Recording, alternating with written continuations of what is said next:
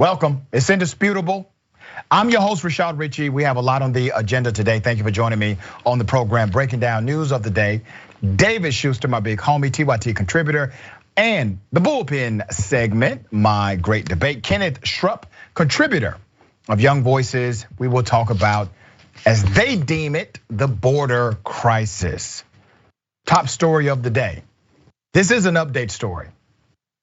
Remember, there was a person deemed a good Samaritan who actually witnessed an active shooter, a citizen who witnessed an active shooter, disarmed the shooter by shooting the shooter who killed a cop. When the cops arrive, they kill the guy who stopped the shooter. No charges for the cop who killed the now deemed good Samaritan that stopped a person from killing more individuals. Let me bring your attention once again to Denver. A cop is walking free after the DA decided not to seek any criminal charges for the death of this man. Let's put him up. Okay. An Arvada police officer will not face criminal charges for mistakenly shooting and killing, as they call a good Samaritan, who stopped an active shooter in Old Town Arvada this summer, prosecutors announced on Monday. His name is Johnny Hurley. Okay, the picture you just saw, his name is Johnny. Johnny was trying to be a good guy. He saw an active shooter, he was armed at the time. This active shooter has now killed a cop. And yes, the active shooter had plans to do more damage. He likely did, in fact, save lives. But then the police arrive. Do they say, drop your weapon? Do they give a command to the guy? No, they decide to drop him. You know why? And of course, this is not part of the official record, but I'm giving you the real. When they heard that a gunman had killed a cop or was shooting at a cop, when they came to that scene, they had it made up in their minds. First to respond, we're gonna kill this guy. Well, it so happens that guy was already down. This gentleman, Johnny Hurley, had picked up the weapon in order to disarm the person to make sure that more carnage did not happen. Well, the cops came and killed him. The first judicial circuit attorney, her name is Alexis King, said at a news conference, she announced her decision to not charge the officer nearly 5 months after he shot and killed the 40-year-old Johnny Hurley. Let's show a picture of Madam DA. Madam DA says, nope, just a mistake, no charges. Arvada officer Craig Brownlow on June 21st shot and killed Mr. Hurley, who was holding the rifle of the active shooter he had just shot.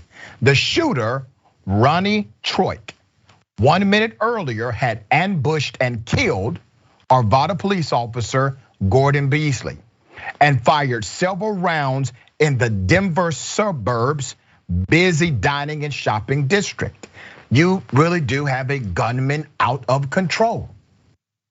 He was stopped by Mr. Hurley. Then this guy shows up. Let's show a picture of Officer Craig Brownlow. He's the one who killed Mr. Hurley. Okay. According to the narrative, the officer here had objectively reasonable grounds to believe and did believe he and others were in imminent danger of being killed that day, according to the DA. Thus, the officer's decision to shoot John Hurley was legally justified despite his heroic actions that day. King added, the DA added, that Hurley stopped further bloodshed and will be remembered for his selflessness. I'm sure he'd rather be remembered for being alive. Okay. Hurley's mother, her name is Kathleen.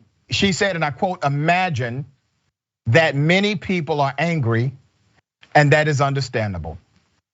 I would ask that instead of acting out on your anger, that you use that energy to be the change you wish to see in the world. Mother Kathleen, we're gonna do that. We're gonna do that. But we also need to have a conversation about policing, because literally, if they would have given a command to a guy that's trying to protect them, he would have immediately informed them, I am not the shooter.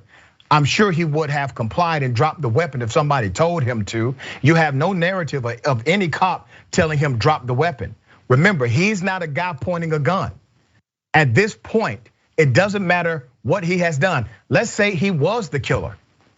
Because I know we talk about this from the perspective of what actually happened, but let's talk about the perception of the cop. Let's say he was the killer. His gun is not pointed at anyone. He's not utilizing it in a threatening manner. Literally, you have pulled up to a guy who's simply holding a gun, not pointing it, not trying to shoot anyone, and not threatening to shoot anyone. So let's say this was the killer. You know what's interesting?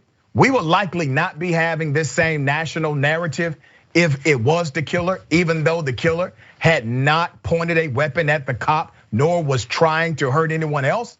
If the Good Samaritan, as he has been called, would have been told, drop the weapon, you think he would have tried to shoot a cop after just saving a bunch of people's lives from a cop killer? Come on. So while I do respect Mother Kathleen here and her sentiment, a conversation about policing in the United States of America must continue. My dear brother, what are your thoughts here? Well, as far as change, one of the changes that I would like to see is to sort of separate police from prosecutors. I mean, it still seems like they act just as one, and prosecutors constantly either cover for police and police cover for prosecutors. That's the first problem, because the issue here is, look, I understand if the DA felt this police officer is gonna have to live with this the rest of his life, that he killed an innocent man, but it's not the DA's decision. It's a jury of your peers who get to decide that. I think there should have been some sort of charge, bring it to a jury, and then let the jury decide. Ordinary citizens in Colorado who are not police, who are not prosecutors, who have to decide for themselves, okay, should the cop have had more responsibility in how he handled this? What's the damage that should be done? What's the punishment for him for not yelling out, hey, drop your weapon, or giving this Good Samaritan an opportunity to surrender? For the DA to make this decision on her own, to me, that's abominable. And the second point I'll make, Dr. Ritchie, is a lot of people think, oh yeah, the way we solve violence in our society is with more guns. Let's just have everybody have a gun, and then good people with a gun can shoot bad people with a gun. And the fact of the matter is, police have been saying for years that the more people who have weapons out there, it is very difficult in the fog of war, in the fog of a crime scene, to try to figure out in an instant who's the good guy and who's the bad guy. And when you talk about police officers being amped up because one of their own has just been shot, one of their own has just been killed, they're gonna lack that ability, that judgment. They are impaired emotionally, and that's why the more guns that are there, yeah, great that the Good Samaritan was able to take out the killer, but he paid for it with his own life because the cop was amped up and didn't have enough sense to pause just for a moment. Yep, and follow protocol, all right?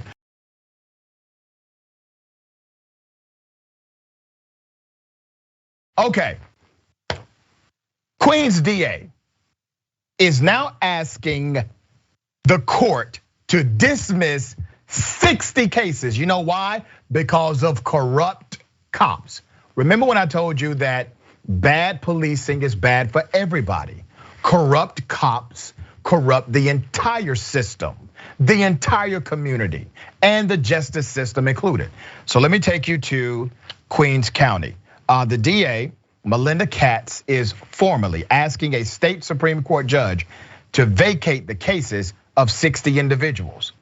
Now, some of them may be guilty. Some of them may actually belong behind bars. Some of them may not. Why? Because dirty cops were involved in their case and their ultimate conviction. Let's put up a picture of the DA, Ms. Katz. Okay. Earlier this year, she says, my office was informed of a list. Damn, a list?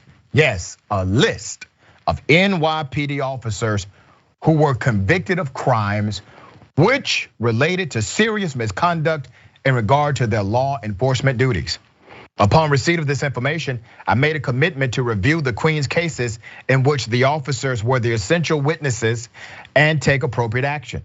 The step we've taken today is the first in an ongoing systematic review.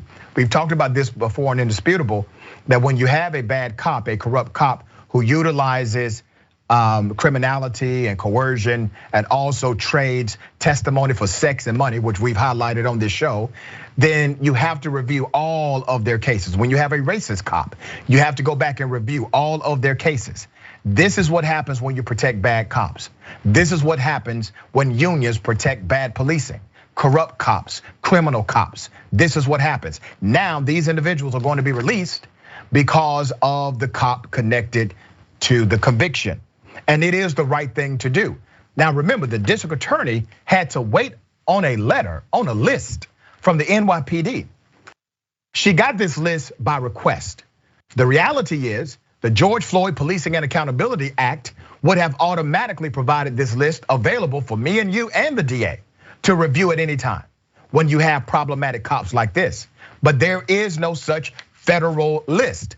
So she has to depend on the NYPD to produce a list based on request. According to the press release, DA Katz has tasked her office's conviction integrity unit with the examination of Queens cases where the prosecution of the defendant relied on the work of a law enforcement officer convicted of perjury or other serious crimes. Remember, it's ironic that you have to create a department called the Conviction Integrity Unit because there was no integrity in the conviction. You are the prosecutor's office. At least 10 of the 20 officers identified in the defense attorney's letter were involved in Queens County criminal cases. To date, the CIU has done an initial review of cases involving 3 of the 10 officers, identified these 60 matters which require dismissal. This is going to be a nightmare to get through from the DA's position as well as the city and probably beyond. But it's necessary for the justice system to move in the direction it should move. This needs to happen all over the country. Maybe citizens who are always pro-cop, pro-bad cop will wake up to the reality that bad cops hurt your bottom line. They hurt your reputation, but they also hurt your pockets, all right? David, what are your thoughts about these bad cops who now have created a system where many people are going free? Some should have never been locked up, and the truth is others that probably should have been locked up. Well, look, I think you're spot on in terms of the cost that comes with all of this, because look, the cost is either to the freedom of people who should not have been convicted because their cases were tainted, because the cops were corrupt, and therefore there's no way that these people should have been found guilty. That's a cost to them. And then you have the cost to all the other prosecutors, all the other cops who were honestly doing their job, who were legitimately getting people who are criminals and getting them off the streets. And now all of that work is tossed aside, again, because the cops, these tainted, crooked cops have ruined it both ways. And that is a huge drag both on people who are wrongly convicted, but also on your community, which is trying to do the right thing in terms of the criminals are concerned. Well said, well said. We've been following the murder trial of Travis McMichael, Greg McMichael, and William Roddy Bryan. They killed Ahmaud Arbery. It is not the Ahmaud Arbery case. It is not the Ahmaud Arbery trial. He's the person who's dead. Let's put up a picture of the killers of Ahmaud Arbery. Let's put up their picture, all right? They are facing murder charges right now. Trial is underway. Ahmaud Arbery was killed for jogging while black. He was chased down. They had a plan. They even admit they had a plan, because as soon as they saw him jogging through the neighborhood, one person says to the other, there he is, and they knew exactly what to do. Immediately, they knew what to do, which means there was preparation before Ahmaud Arbery ever got there and started jogging. They gunned him down. Now the trial is underway. This is the justice system moving in the direction it should move. The parents of Ahmaud Arbery, they're in the courtroom. They're having to see images that no parent should ever see, ever. And then Ahmaud Arbery's dad, he walks out of the courtroom visibly disturbed by the pictures of his deceased son. He gets outside and a reporter presents a dumbass question. And Mr. Arbery turned it around and gave them a dose of truth. Here it is. Y'all got children? How many of y'all got children right now? Boys are 25 years old. How many of you? Hold your hand up. Hold your hand up if you got a kid 25 years old. I'm gonna ask you a serious question. If you seen your kid get blown apart with a 12-gauge shotgun like that, what would you do? It's okay, sir. Come on, Mom. It's okay, sir. Would you go look at something like that? Your kid. Come on, it's okay, sir. It's okay. So it's okay. Justice for Ahmaud. I've met both of Ahmaud Arbery's parents. I've interviewed his mother before. They're great people. I've interviewed many of his family members. As a person who has been in broadcast media for a while, there are some questions you simply do not ask. You already know the answer to that one. Why did you leave the courtroom? What's wrong with you? Mr. Arbery, he did the right thing in how he answered the question. And I'm hopeful that this was a lesson to many. So let me give you a little background to what he said and make clear exactly what he said. He said, if you seen your kid get blown apart with a 12-gauge shotgun, what would you do? Okay. Marcus Arbery Sr. asked to pull the reporters outside the courtroom during the lunch break. Would you go and look at something like that? Your kid? Come on now. Okay. The images were disturbing, so disturbing that court TV refused to show them. Very disturbing. My dear brother, you have been in journalism for a long time. I followed your work for years. You're one of the best at it. Was this a dumbass question at this time? This is really dumb on several levels. There is a legitimate effort to try to help understand what somebody is going through with the trial over the murder of their son. But the way to do that, you are allowed, to all the young journalists, the older journalists, you are allowed to show empathy. You're allowed to say, hey, Mr. Arbery, that must have been really tough what you were just going through. Do you mind talking about your emotions or giving us a sense about how are you doing?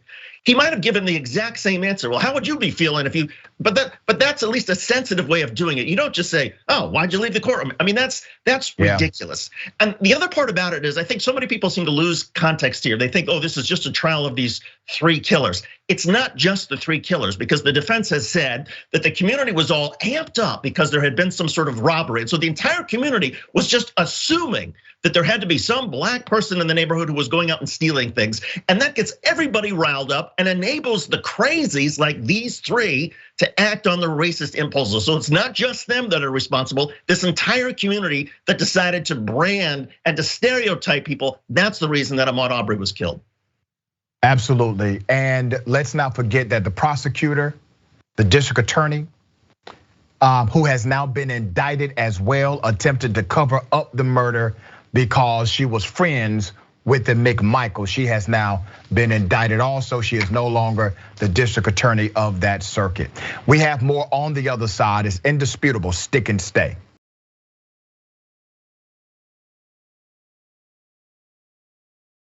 All right, welcome back.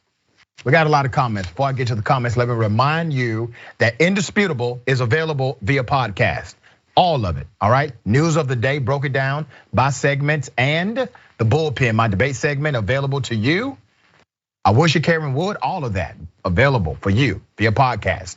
Apple Podcast, Spotify, Google Podcast, wherever you listen to podcasts. Search for Indisputable with Dr. Rashad Ritchie. Click follow and rate us with 5 stars. As I told you before, some lame gave me 1 star. Okay, we have to now show an abundance of 5-star ratings because of that one person. All right, just can't have nice things on. All right, T1T member, Mickey C, the silver-haired dragon, says, when the white supremacists were screaming, good guy with the gun, we all said, yep, cops get to an active shooting scene and they'll kill anyone with a gun. Of course, shoot first, ask questions after. G, do we get cookies? And we said this, I mean, that whole good guy with the gun garbage, ridiculous, all right? But they've been touting it for many, many years. Next, TYT reporter says, but I thought the solution to guns was more guns.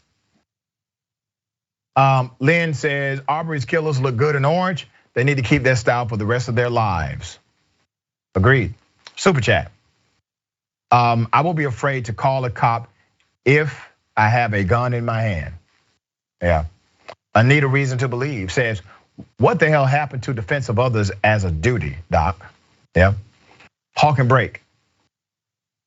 Wonder how many cases these dirty cops put their stamp on and how many arrests might be innocent.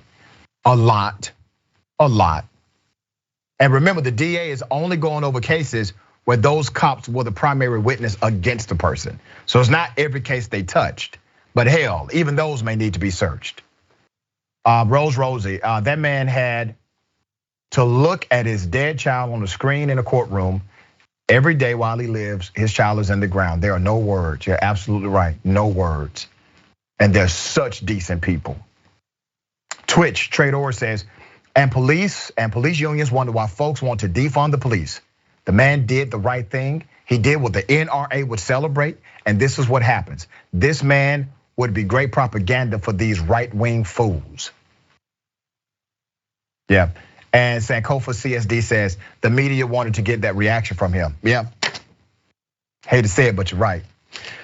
All right, ladies and gentlemen, I wish a Karen would. You want to call the police on them for having a barbecue on a Sunday. I feel free! Back off! I'm going to tell them there's an African-American man threatening my life. Ma'am, please leave our store. If you don't want him asking you, please leave. You said you were going to show me this. Ma'am, please leave. It is against the law. You are not a private. I guess it's against the law. Can you please leave? If you don't want to wear a mask right here. Why did you suddenly get emotional when we were talking? Ma'am, why do I have to? I'm not trying to have a conversation with you anymore. I'm asking you to leave. And then all of a sudden you got worked up. Can you please leave, ma'am? Can you please leave? Your name. My name's right here. My position's right there. Can you please leave? Well, let me take a picture of your name. Yeah, you can all you want to. Please leave. It even says it on the door, ma'am. Wear a mask. Okay. Well, you also have on camera that you said I could take a picture of your name tag. You can, of course. Oops, it's foggy. I can write it down on a piece of paper for you if you want me to. Let me see if this worked. It's just a simple picture. Now that you're taking your picture, can you please leave? Well, it's hard to read. Would you write it on a paper for me, please? Ma'am, you are making this harder than it has to be. It's just a simple thing. It's been 2 years of wearing a mask. And it's 2 ridiculous. years. It is ridiculous. Regardless of how you feel, it's our company. We're allowed to do it. I don't really care, ma'am. At the end of the day, at the door it says, please wear a mask. The law. The law means what? Our business. Call the police.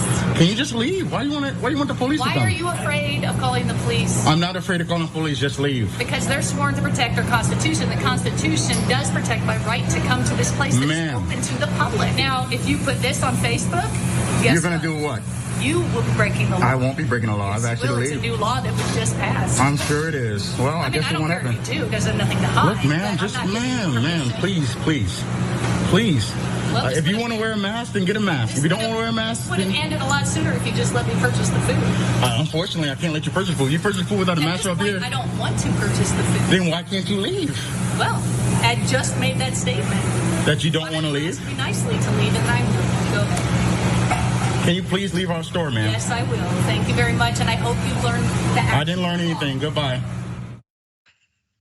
I got more video, okay? This is one of the most amazing Karen moments for the year.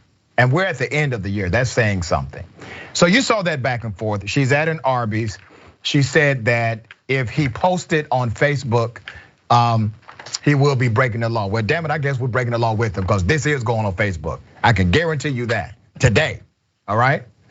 There's more. So she acted as if she was going to leave, and then she did this. Here it is. Ma'am. Exactly, I have the right to go. Ma'am, please. Ma'am, I'll open the door for you, ma'am. I'll open it for you. You know what?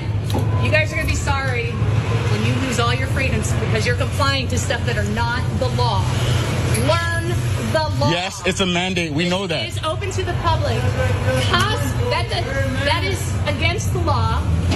That is a mandate. Our government ma'am, it is a mandate, but you know what it means? It means that if our business, it's not that you have to wear a mask, it's that this company and everybody else, this people, yes, they do. They do not. They have a right to tell you this. Because they are a private club. We are a private business. We And I do have. What's your problem? Ma'am. I was trying to leave and you're putting your camera in my face. Sir, can you please stop recording this? You are filming me. I have it right here. Yeah.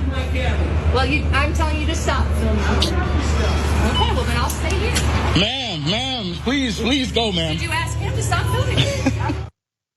Rumor has it this Karen is still at that Arby's location waiting on a roast beef sandwich. I did not know it was this serious, okay? Quite fascinating. I feel so bad for the employee who had to deal with this, but big ups to him for being so amazingly patient.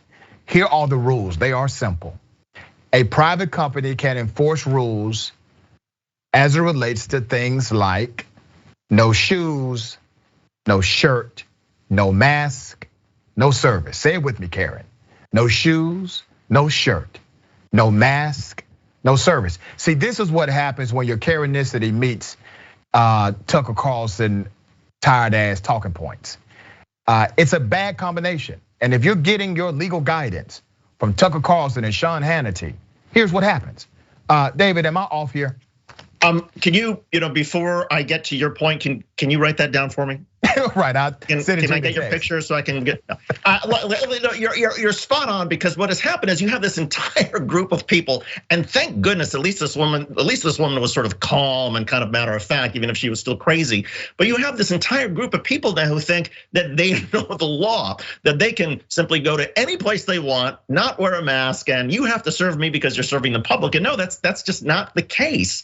And secondly, look, again, you mentioned it. Credit to the employee at that Arby's. I love Arby's. I think the roast beef sandwiches are amazing. They're super. I can understand why somebody would not want to leave the Arby's. But credit to that employee for being as patient as he was, and even sort of chuckling and laughing and doing his best, and even open the door for her. I mean, what do you want? There's the door. Don't go away, man. Just go away. Yeah, he was very courteous. So Arbery should definitely give that guy a promotion. He knows how to handle things under extreme Karenicity pressure.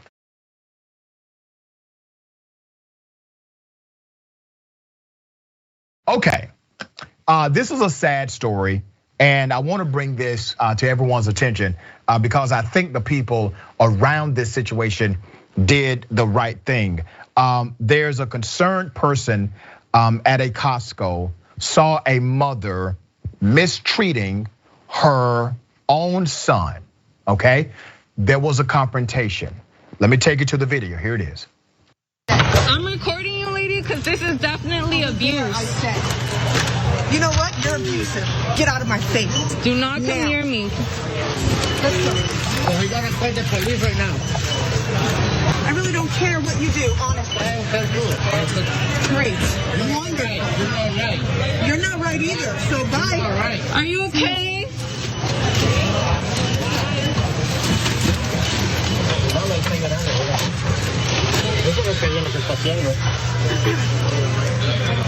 Stop it. People are calling the cops because you're acting like a moron. No, because you're acting wrong. You know what? Why don't you mind your own business? Yes. You slammed him against the wall and told him you're gonna punch him in front of all these people here.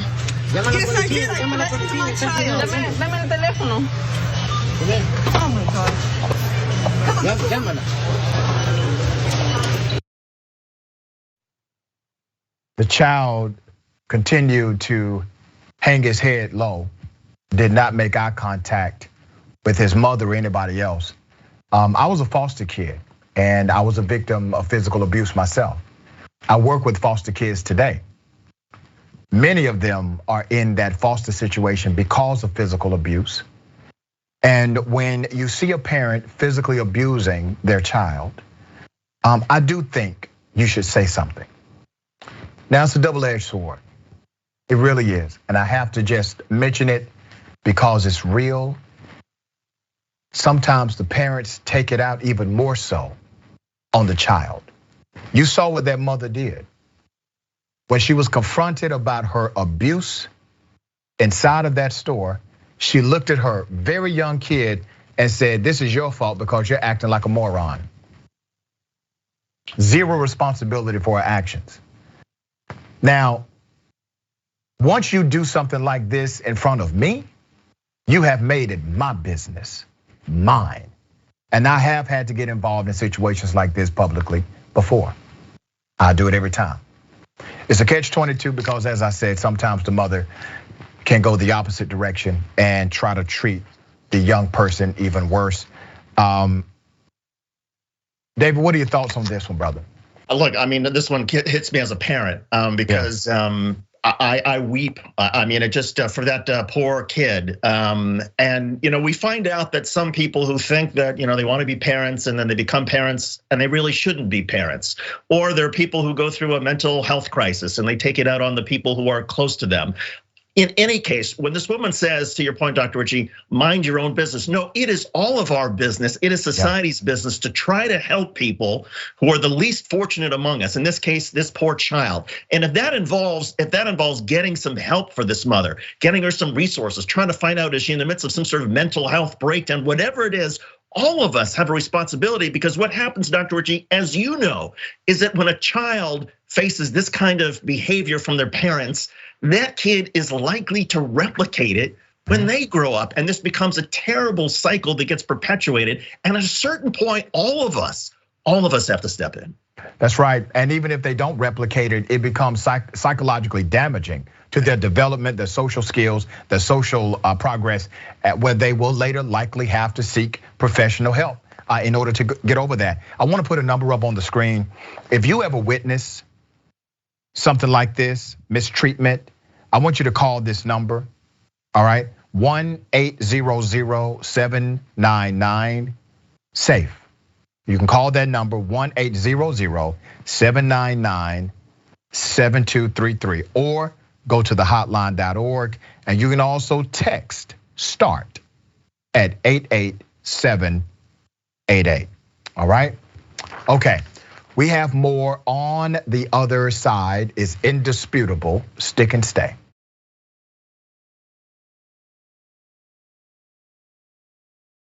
All right, welcome back. Okay, I got a lot of comments to read. Just a reminder, make sure you do download the podcast for Indisputable. Take the wherever you go. Rate us 5 stars if you enjoy the programming, okay? All right, let's get to it. We got TYT member Lynn says, why does Karen care if he's putting the video on Facebook if she isn't doing anything wrong, right? Or not being obnoxious, yeah. Super chat, Brenda R says, none of us asked to be here, so adults should consider that before bringing more children into the world. Yeah. Carlos Ordonez, not only did the kid get injured, he has to sit there in the shadow of shame by his mother. That's right, Carlos. Very insightful of you, because that is emotionally impactful as well. Rosie, I'm an abused former child. I wish someone had tried to help me. F this lady. Catnip Farmer.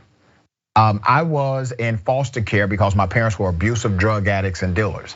I hate when people would be with children. I hate when people would be with children, just hurts my heart. Okay. Dissident PM. She's leveling up Karenicity before our very eyes. Yeah. I think this is Kensai Immortal. They need to start kicking these people out Jazzy Jeff style. Agreed. All right.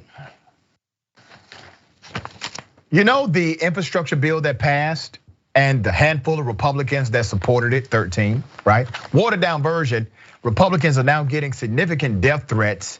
Not only them, but also their family members. Let's put up a picture of one of these Republican lawmakers, okay? His name is Fred Upton.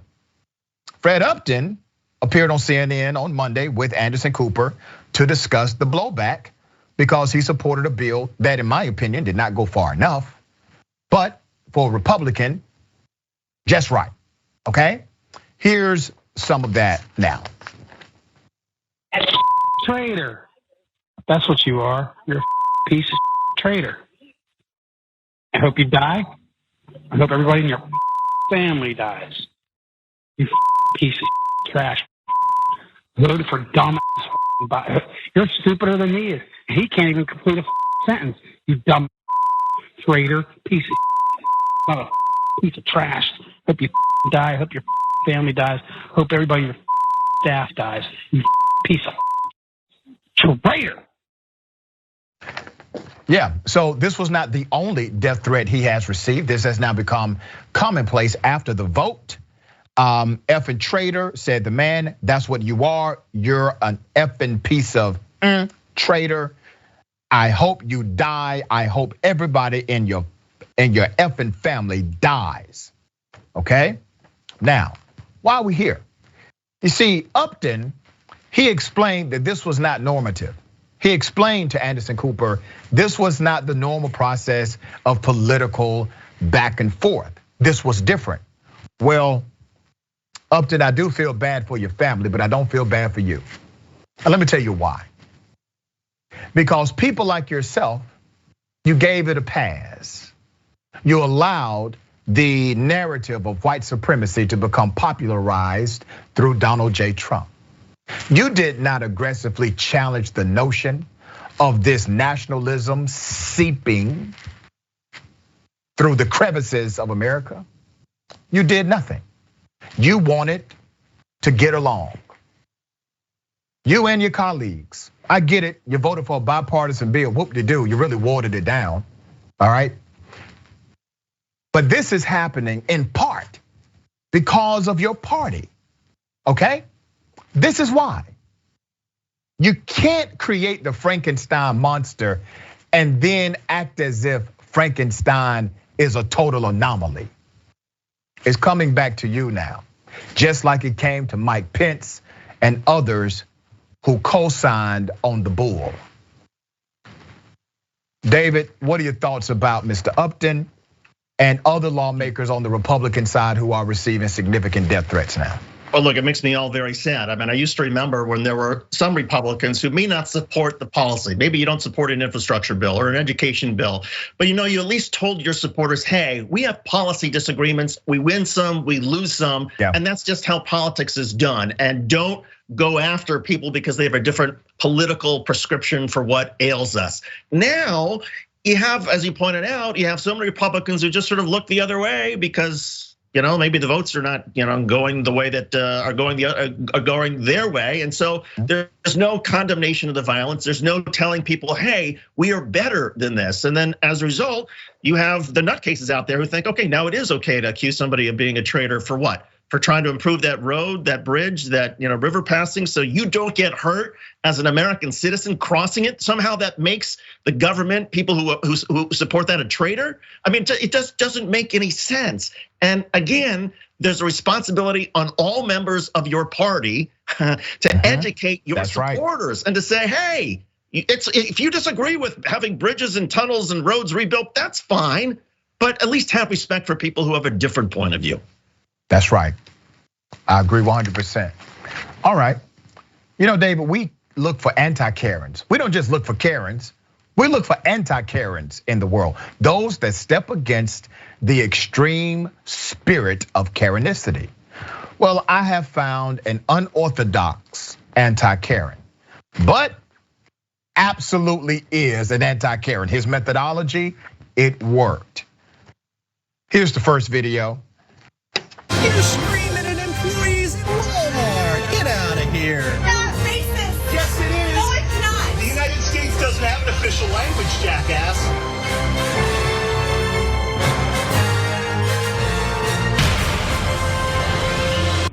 Stay out in yards over there. Period. You're Larry. Just stay out of the yards. You're Larry. Yeah, so are you. I'm really not. You're the one. A typical punk black. Huh? A typical punk black. That's all you are. So you putting race in this? I'm really not black. I'm a Frenchman, so it doesn't bother me. Whatever. Still a mouthy, disrespectful little. Yeah. So are you. No, I'm a hell of a lot older than you, and I got more respect for people than you do, and their property. Yeah, right.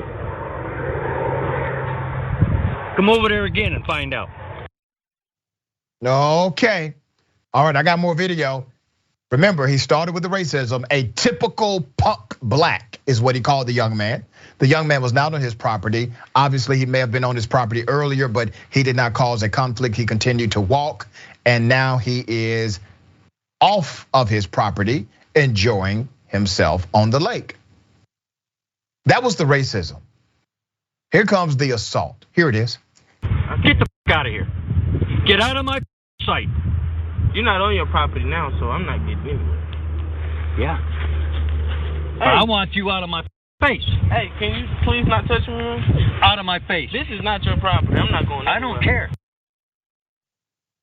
He has now assaulted this young man, physically made unwanted contact, pushing him, continuing to be rude. Once again, he's not on his property, okay? This is the messed around and found out. You better not touch me no more. I'm not from Florida. I'm from Texas. Hey, I don't give a where you're from. I don't give a either. Hey. Now touch me again, I'm gonna beat your bitch ass. Hey. I'm gonna show you how to get black. Hey. Touch me again, I'm gonna beat your bitch ass. So all that on my face. Do me a favor. Listen, I do not condone violence, okay? I do not. I'm supposed to say that for TV. I do not condone violence. I do condone self-defense, and damn it, it looked like self-defense to me. Okay? David, self-defense to you? Look, anytime somebody comes at me who's from Florida, I'm gonna say, hey, I'm not from Florida, I'm from wherever else. As a warning to that person, you better back off. Look, to be clear, I think the real hero in all this, and credit to that kid who maintained his composure for as long as he did. I think the real hero in this case is the person who had the sense to film this, because at least now, the entire internet, Facebook world, we can all publicly shame that cracker wherever he is and say, okay, be on the lookout. This is a racist mofo and steer clear of him. And we need more people to whip out their cameras and say, okay, well, the justice system may not work and maybe this person's not gonna feel anything unless we publicly shame them. And that's what we all have to do. You know, I do find it fascinating that naturally this was recorded, but if it wasn't recorded, think about it. If this older white gentleman would have went to his home and called the police on this black male and said, this black male has assaulted me, he pushed me to the ground, he was on my property trespassing, we know the black male would have been arrested, no issue, none at all. But there's a video, there's the unsung hero, the smartphone, that documents everything that took place.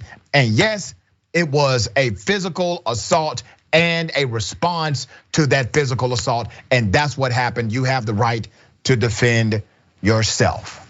Okay, now, I have an issue with Twitter and with the lawmaker, a Republican out of Arizona, all right? Let's go to Paul Gosar. Shared a photoshopped, animated thing, which is a parody video that shows him killing Congresswoman Alexandria Ocasio-Cortez. Okay, so that's already crossing the damn line, right? But the story goes deeper than that, all right? Let's show some screenshots of this madness. The video shows Marjorie Taylor Greene, the superheroes, battling against Joe Biden and migrants crossing the border and killing AOC. All right, let's show some more of the pictures. According to this fantasy world that Paul lives in, he's able to kill AOC. This is his fantasy. He made this fantasy up. His fantasy, right? Okay, sick individual here. He posted this, he's proud of it, he's cool with it. Under his own Twitter page, here's what Twitter says, right? Twitter says, this tweet violated the Twitter rules about hateful conduct. You would assume the tweet would be removed and it ends there, right? But no. Twitter has a new gray area now. However, Twitter has determined that it may be in the public's interest for the tweet to remain accessible. The hell? Wait a minute.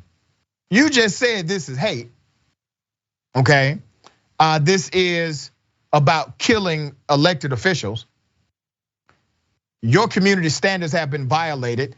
You say that this tweet violated the Twitter rules. But for some reason, it is such a public interest that we must be okay. Oh, I get it. If you put it in a cartoon, you can do almost anything. So let's say this, All right, let me give you a scenario just to see if this works to the other extreme here, Twitter. So if there are white people calling black people the N-word and they do it through animation, even though that's technically a violation of the Twitter rules, I mean, is this now more so about public interest? Do they get a pass here? It's really ridiculous. AOC did respond, and here's her response.